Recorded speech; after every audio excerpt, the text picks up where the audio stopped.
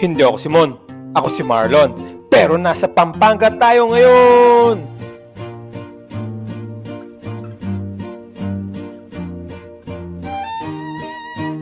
Kaya tara, samahan nyo kami mamiesta dito sa Santa Cruz, Lubao, Pampanga. Galing nga pala ako ng trabaho niyan at susunduin ko na ang mga kasama ko na iniwan ko kanina sa Paranaque. At sa Bikutan nga pala ako mag-e-exit. At eto, kasama ko na sila. Nandito na pala kami sa Skyway. At syempre, dadaan din kami dito sa NLEX. Mga 3 oras nga din pala ang bibiyahihin namin dito. At dito nga pala kami mag-e-exit sa San Fernando. Ilang bayan nga pala ang madadaanan namin dito tulad ng Bacolor, Santa Rita at Anguagua. Dito na nga pala kami dumiretso sa palaisdaan ni Ninong Joel dahil dito daw kami maghahapunan. At ayun nga pala ang bahay niya. Nasa kalagitnaan ng palaisdaan. Kaya inumpisahan na namin maglakad kasama si Daddy Turing. Medyo may kainitan pa dito at alas 5 nang dumating kami dito at maglalakad kami ng ilang minuto para makarating sa bahay ng ninong ko. Talaga namang napakalawak ng palaisdaan dito. Kaya't malamang napakarami din ng mga alaga dito. At kahit saan ka tumingin dito, wala kang ibang makikita kundi ang malawak na palaisdaan. Bukas pa nga pala ang piyesta dito pero inagahan na namin ang pamimiesta dito kay Ninong Joel. At talaga namang napakasarap tumira dito kung meron kang malaking palaisdaan tulad nito. At ayun nga pala ang sasakyan namin. Doon kami nakapark. Medyo may kalayuan din pero okay lang yan dahil sanay na kami dito.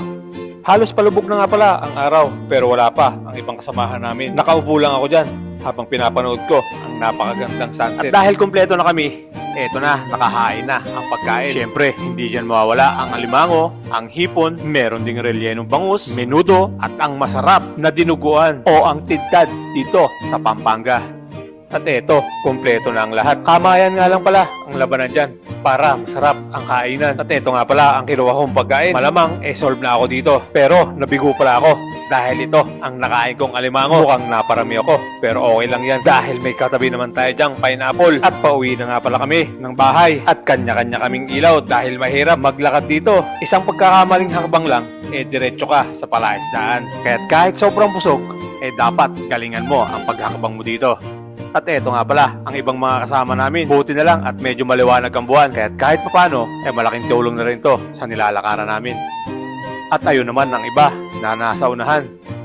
At nakarating na nga kami dito sa paradahan. 4 na sasakyan nga pala kami. Kaya talaga namang napakasaya pagsama-sama. Kila Tita Liling nga pala kami nakapirada. At ito, naglakad na kami papunta sa bahay.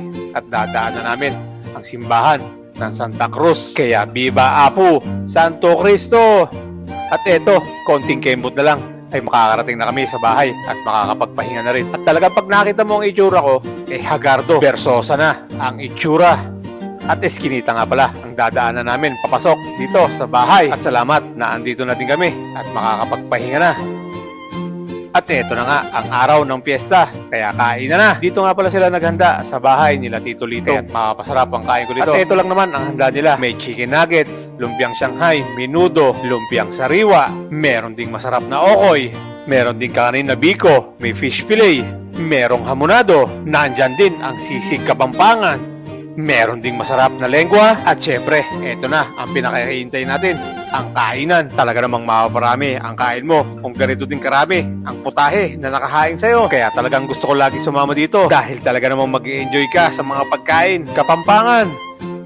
At eto nga pala ang pagkain kinuha ko. Mukhang marami na pero nagkakamali ka dahil meron pang take to yan. At dahil sobrang init dito at tirik na tirik ang araw, buko sherbet lang ang katapat nito. Kaya ayan, maglaway muna kayo.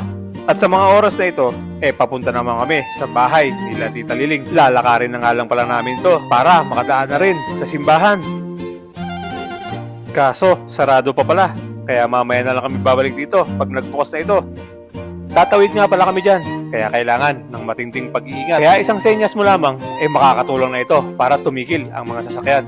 At medyo malapit na nga pala kami. Konti nga lang pala kami naglalakad at yung iba nauna na dahil sumakay sila ng tricycle. At sa wakas, nakarating na rin kami dito sa bahay nila Tita Liling. Sa nilakad naming yon, malamang gutom na kami. At pumasok na nga tayo sa loob. Nandito na ang ibang kasamahan namin. Okay na okay dito dahil naka-aircon ang bahay nila. At may collection nga pala ng Naruto dito, si Ninyo. Kaya eto, tingnan nyo kung gaano karami. Kaya kung mahilig ka sa Naruto, panoorin mo ito dahil malamang maiinggit ka rin dito sa collection niya.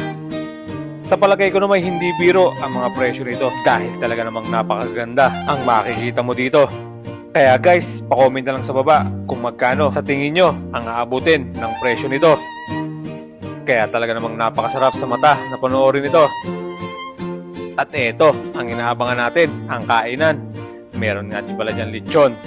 Merong big penne, may chicken at Korean barbecue. Meron ding minudo. At dito na lang muna tayo sa isang tabi habang marami pa ang kumukuha ng pagkain. At eto na nga ang pinakaantay ko. Siyempre, konting kanin lang at pupunuin na natin yan sa ulam.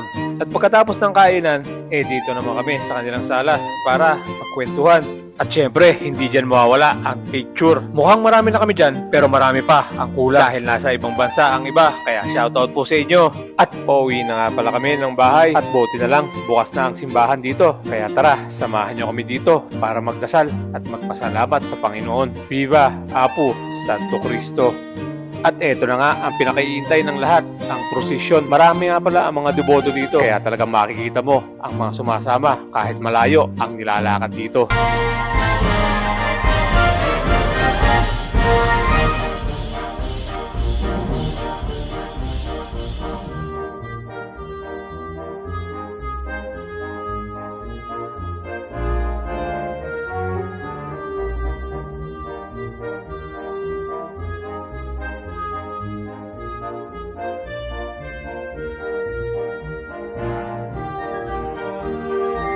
Kaya't hanggang dito na lang muna. Maraming salamat at nasayang ko na naman ang 6 na minuto ng buhay nyo. Palike, comment at share na rin ng video na ito para mapanood ng iba. Happy Fiesta! Viva Apo Santo Cristo! Adios!